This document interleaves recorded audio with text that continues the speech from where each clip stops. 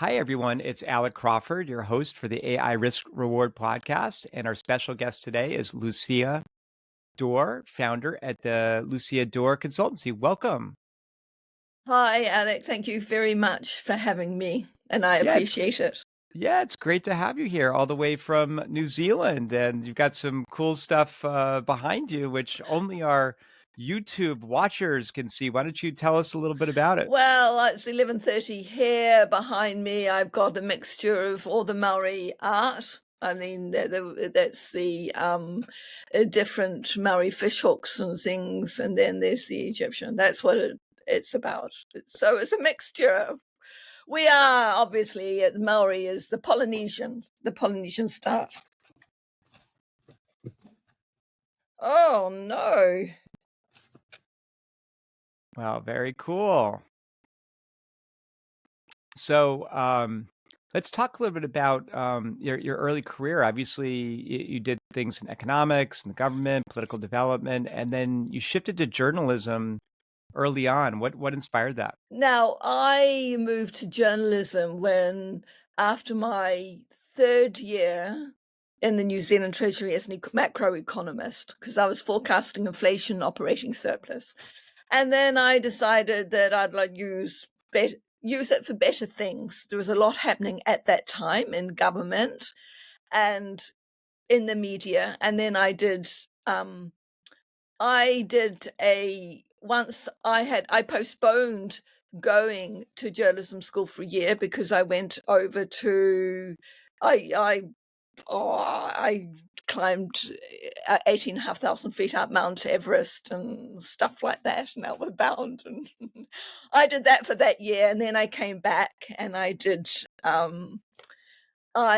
went to journalism school and I won a scholarship at the end of that year. And that was called the Robert Bell Travelling Scholarship. And it was on the basis that I would improve the coverage of financial journalism in New Zealand. So I did that when I went to England first. But coming back, it really hasn't improved. It really failed. Oh, It's got oh worse, well. probably.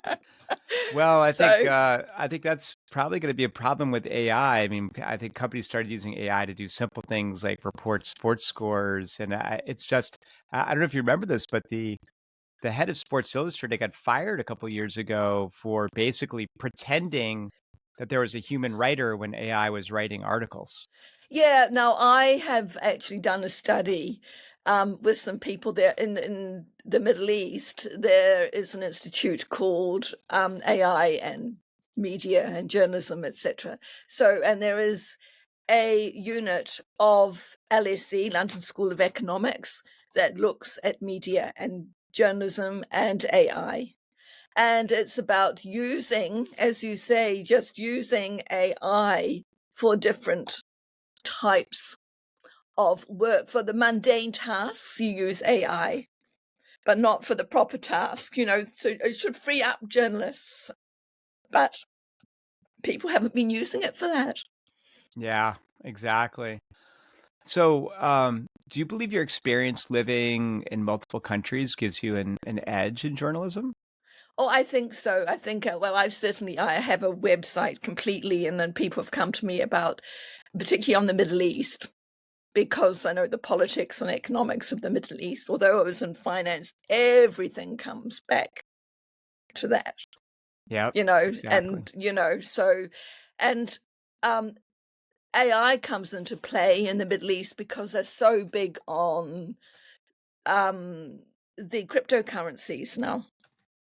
Yeah, And they want to be absolutely. a center for AI. And Saudi Arabia is setting itself up for being an AI hub, as is the UAE. And it's really quite interesting. But I wouldn't have known any of that without having spent time there and, in places like Vietnam for different reasons. But I think the most informative time was the Middle East, obviously, because I spent longer there anyway. 8.5 years is quite a long time to start understanding what it's about.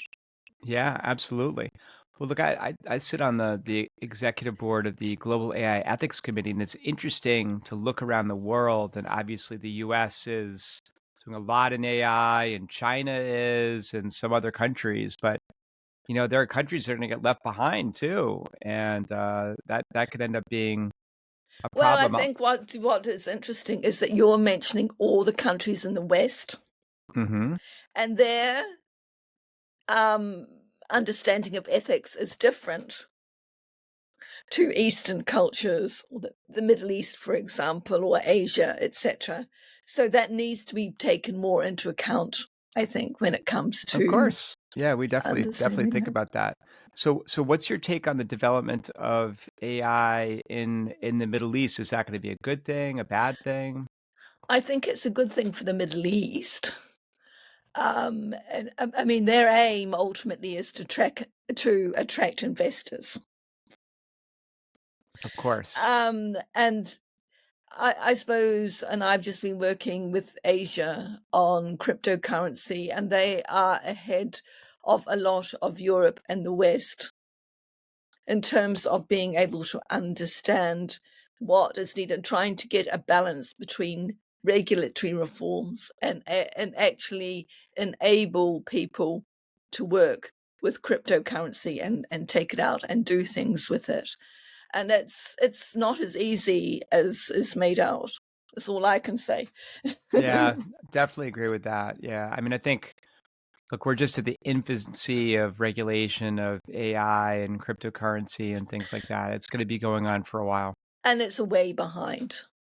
Right. It's a way behind where it needs to be at. So they're trying to play catch up, and I think they put too much regulation in to try and get around the catch up, and then but it's difficult. All I can say is that it's much more difficult dealing with cryptocurrency in the real world than it is, because most countries still deal with fiat currency.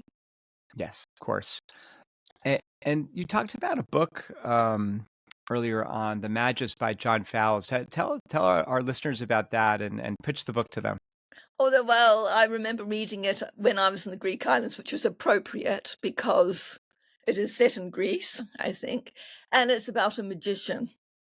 It's about a magical experience. One of the people, the protagonist, I think it was Nicholas, had, and he sort of what was real. There was a real question about what was real and what was not real, and it is worth reading because it gives you a perspective on life. What's the difference between reality and the magic?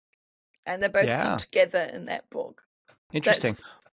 That's actually fascinated me for most of my life in that, most humans, they can watch a movie, Lord of the Rings, and like, oh, that's fiction. And in your brain, it's separated as fiction. Frodo's not a real person and all that. Like, not clear we're going to be able to get AI to figure that out, right? no, well, you can't. I mean, the Lord of the Rings tours are not AI driven, and they never will be. You can't, I mean, a robot couldn't go around. You have to program a robot to understand the Lord of the Rings. The people understand it in a way that nobody else does. They feel it. It's part of who they are. Yeah. So, how has your investigative journalism on mergers and acquisitions shaped your views on corporate ethics?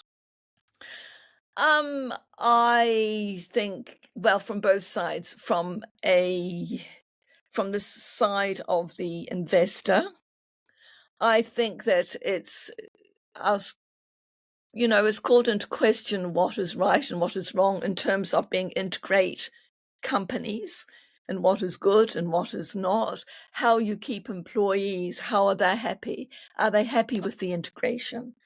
And then from the other side, and from a journalist writing about it, how much information should you give the investor? How much is really, I suppose, insider trading? in a way. How much is public? How much is not? How much should you tell? So there is a real question that then you start asking what's right and what's not. It might be right legally, but is it right morally?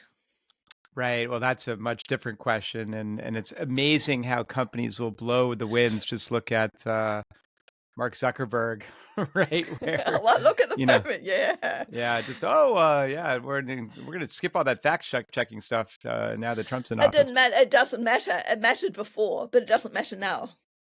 Yeah.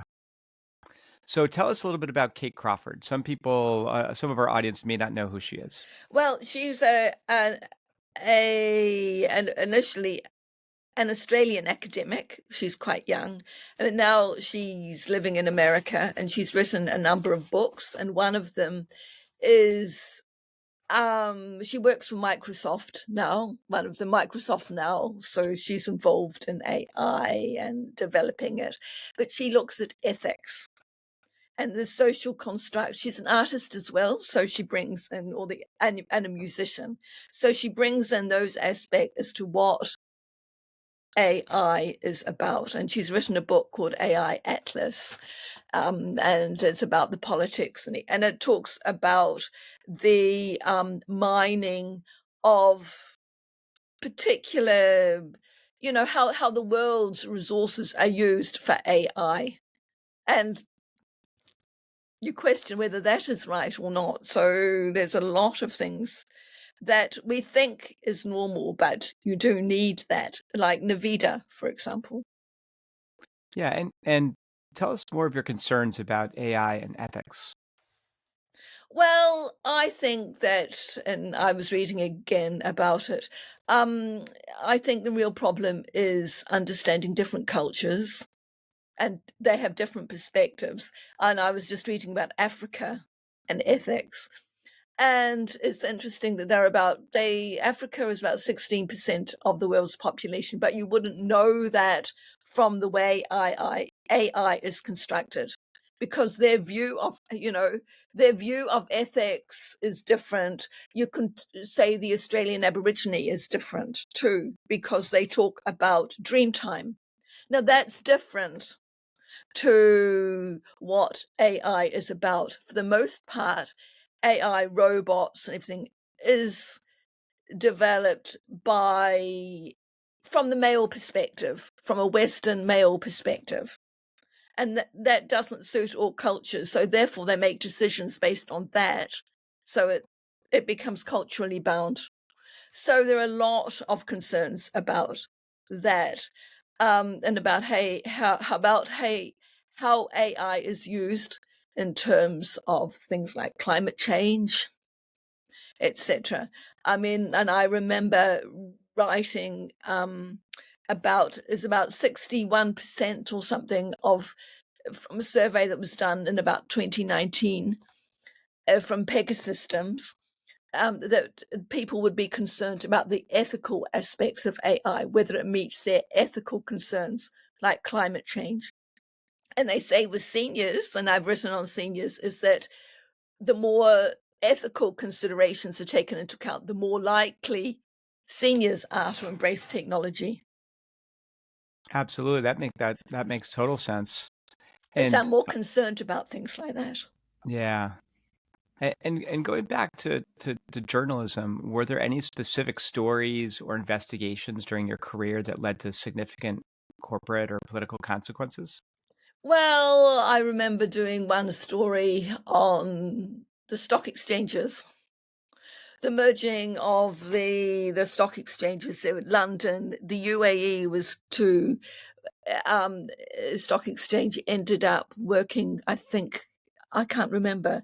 I think it was this one of the Scandinavian bourses, and it was quite interesting in terms of the story behind it, what's ethical and what's not. In another occasion, I would question, it was only one person and a well-known real estate entrepreneur in the UAE, and to be refused to be recorded, which is the opposite to what most people think. Oh, because I honestly think they wanted to turn around and say, oh, what you said and what you've taken is not correct. I didn't say that. But if it was recorded, they would have proof. So it does work the other way. That's an ethical issue again. Wow.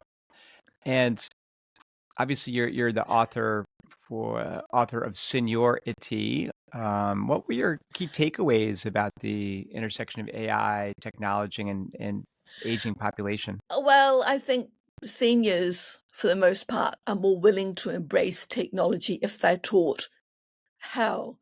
Often they might have been in the forefront of technology when it was first developed and things have moved on, and therefore they think they're not up to it. But a lot of the younger generation don't know it either. They just know how to use it. They don't know. And so it has been proved that the older generation, if they're shown what to do by people, by their own family, that they are better at embracing technology in the long run.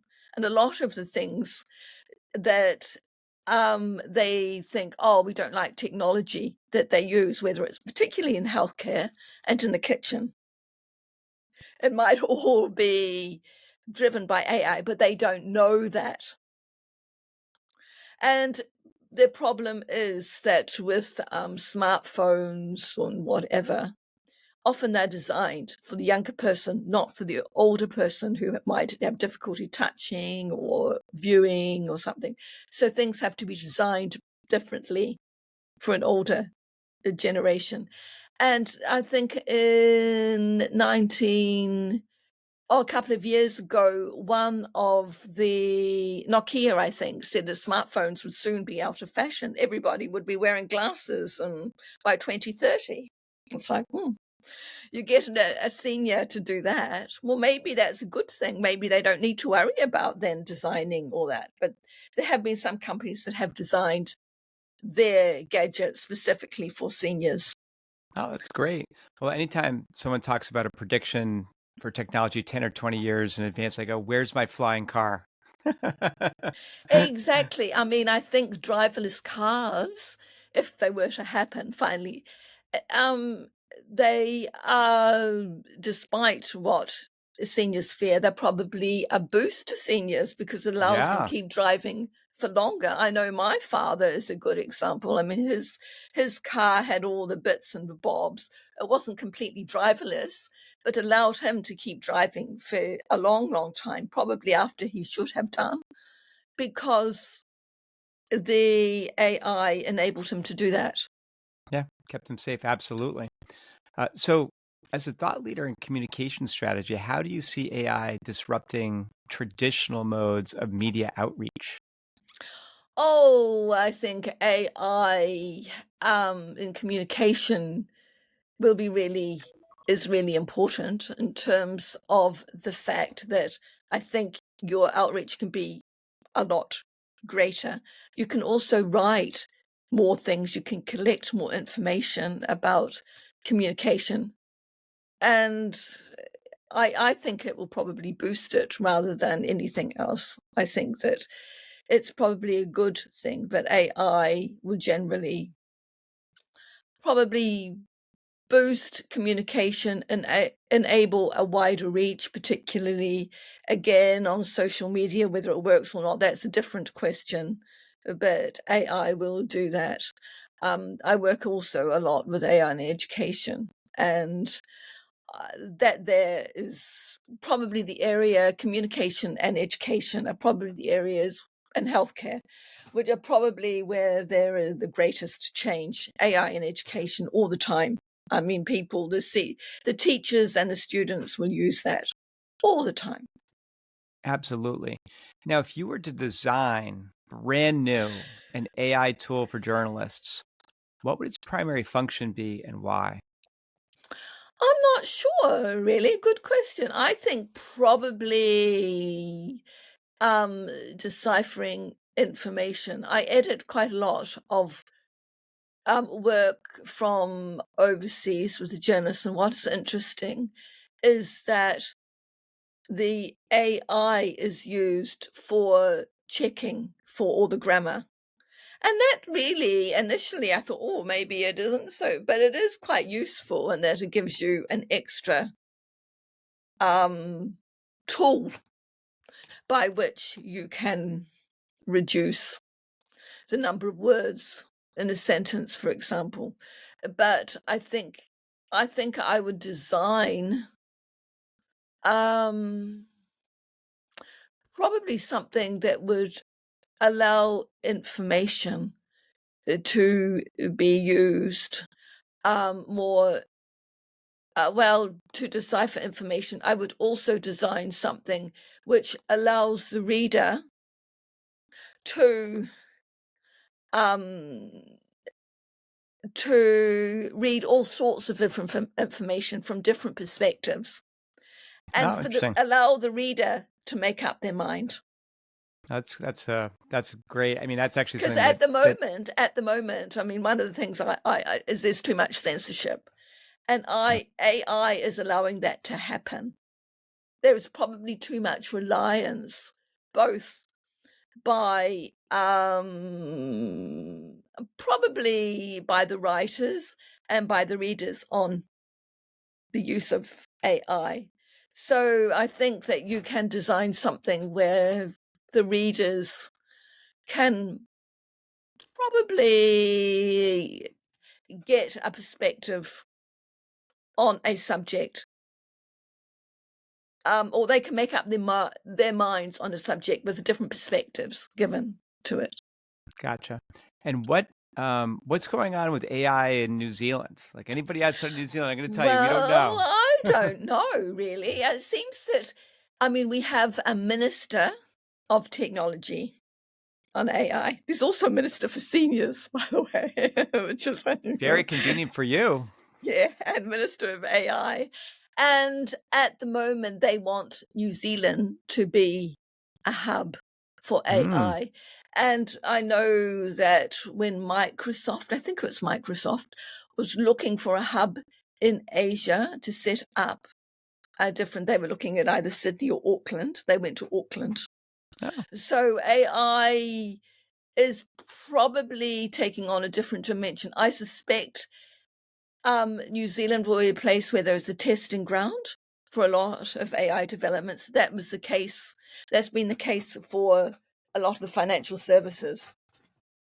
gotcha. That because it's a smaller population, Yeah. it can be rolled out more easily. And if it's good there, they can roll it out to a larger population. So I don't know. I think that I think I don't really know. Probably New Zealand, Australia is similar. Like Canva is Australian. Is an Australian technology, Australian app. And so they're quite good at rolling out things. You might have heard of Xero, which is an accounting software. Well, that Yeah. initially it was developed from New Zealand. Oh, great. And in fact, the founder of that now lives in Queenstown. But they are now listed on the on Sydney Stock Exchange because it's bigger. But I think that they will find,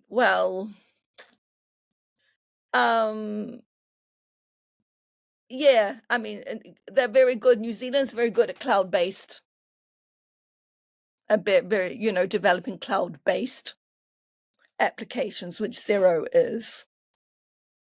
Great. So tell us a little bit about your business, the Lucia Dore Consultancy. Well, that's just a business. I've got a number of other businesses. That's just a business where I do some consulting. Hmm. And I have I'm really more focused on the seniors and the business English side. But there's also a translation service, which is now probably not as good because they believe they can use AI for translation. The trouble is that it may not read very well in Yeah, English. yeah, It's all very exactly. well. It reads like a translation. It reads like AI, not from everyday language, and that's the difference. That's what we try Yeah, and yeah. Well, the do. classic is you translate and then translate it back and see what kind of garbage you get. Exactly, So, exactly. I mean, you can see the translations even on Facebook and whatever. yeah. So what advice do you have, given the age of AI, what advice do you have for aspiring journalists? Oh, well, I think that with AI and with technology, journalists don't go out into the field anymore. They want to do everything by the telephone or they use AI. My suggestion to all journalists would be to make sure you speak to your sources, to actually go out and meet them, rather than just relying on technology. Excellent advice. I like travel. And you're working with AI and seniors. Give our listeners some tips if they're seniors. Like, what can you use AI for? What are some cool things? Well, I think that you can make the most of them, obviously, in healthcare, in the kitchen. The fact that even the ranges of fridges, if you leave them open, they make a noise.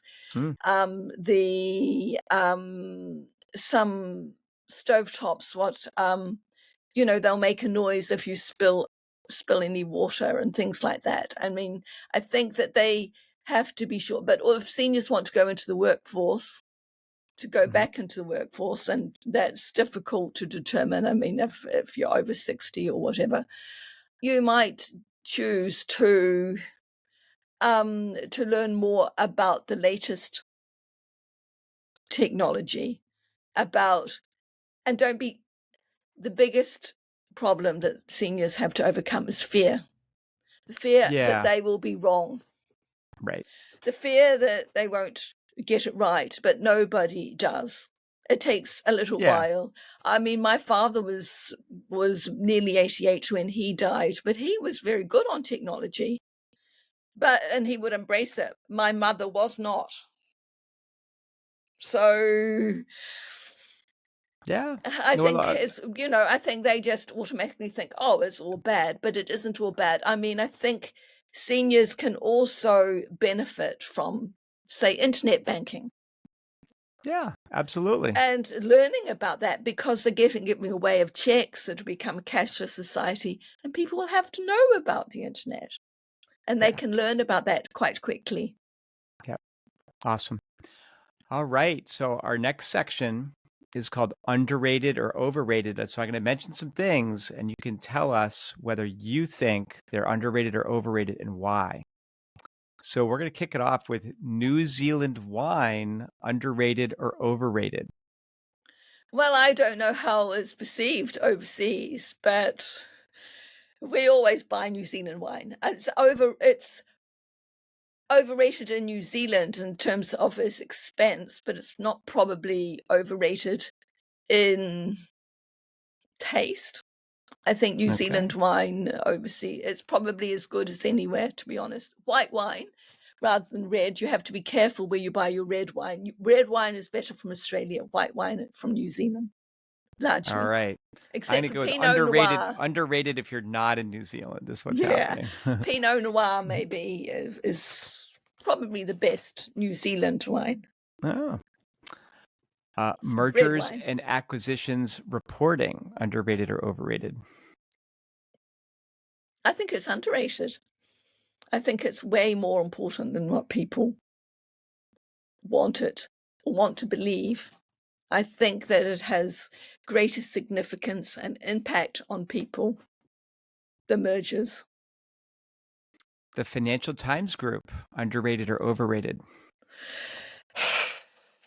Um, well, I was there before it was taken over by Nikkei. And I know then that what they're paying freelance journalists was less than before. So I would say probably now less, but before probably underrated. I think Uh, it was really also the Financial Times group was really strong. Like Pearson was part of that outfit. It was very strong on education. oh, yeah, that's true. Uh, Lord of the Rings movie tours in New Zealand, underrated or overrated? Well, since I've never been on any, I can't really say. I've only seen them. I haven't ever been on them because I haven't had to. Wow. Wow. I think they're probably, I don't know. I mean, for me, they'd be overrated because, like Fergburger in Queenstown, because I wouldn't line up for them. I think for other people, they might be underrated. I really don't know. On that one, I don't know. Yeah, if you're gonna go visit New Zealand, you're probably going on a tour. If you're a local, eh. Yeah, you're like, oh, why bother? It's like I've only been to the Statue of Liberty twice, once in school, when some friends visited. Um, so how about public speaking competitions? Underrated or overrated? Um,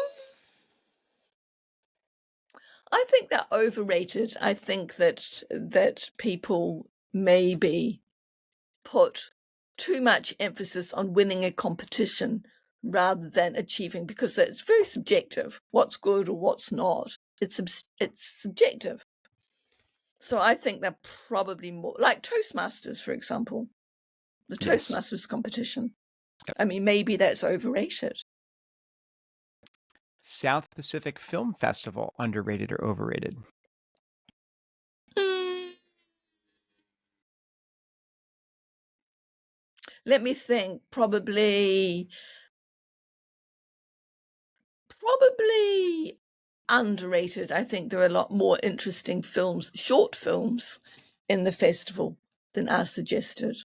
I think there's a lot going on in the film industry here that people don't recognize. They all think Hollywood, and I don't think it's all there. I think Polynesian films have certainly come up. There's a lot more now, and Australian films, Polynesian films and Australian films. Business English courses, underrated or overrated? Underrated. Christchurch art galleries, underrated or overrated?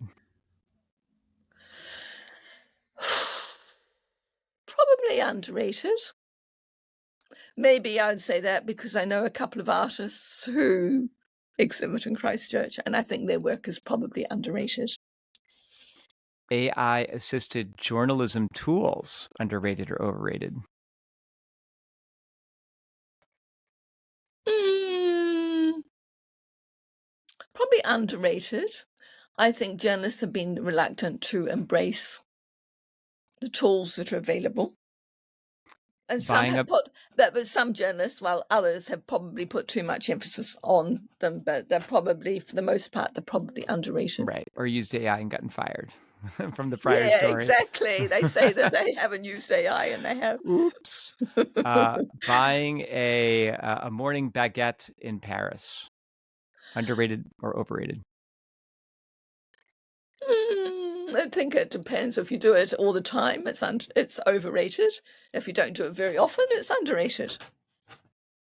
And finally, the movie Dr. Zhivago, underrated or overrated? Oh, I think it's underrated. But I like Dr. Zhivago. Me as I well. like the people who are in it. I met the film director many years ago in when he was making Mutiny in the Bounty. I was in Tahiti. I had an exchange trip to Tahiti. And so I think, oh, yeah. And I was talking about that and how they made the snow and they had to have all the fake snow. But you wouldn't know it was fake. Impressive. Impressive. Excellent. Well, thanks for coming on the show. This has been Lucia Dore, founder at Lucia Dore Consultancy. Great to have you on the show. Thank you very much. A pleasure to be here. Thank you.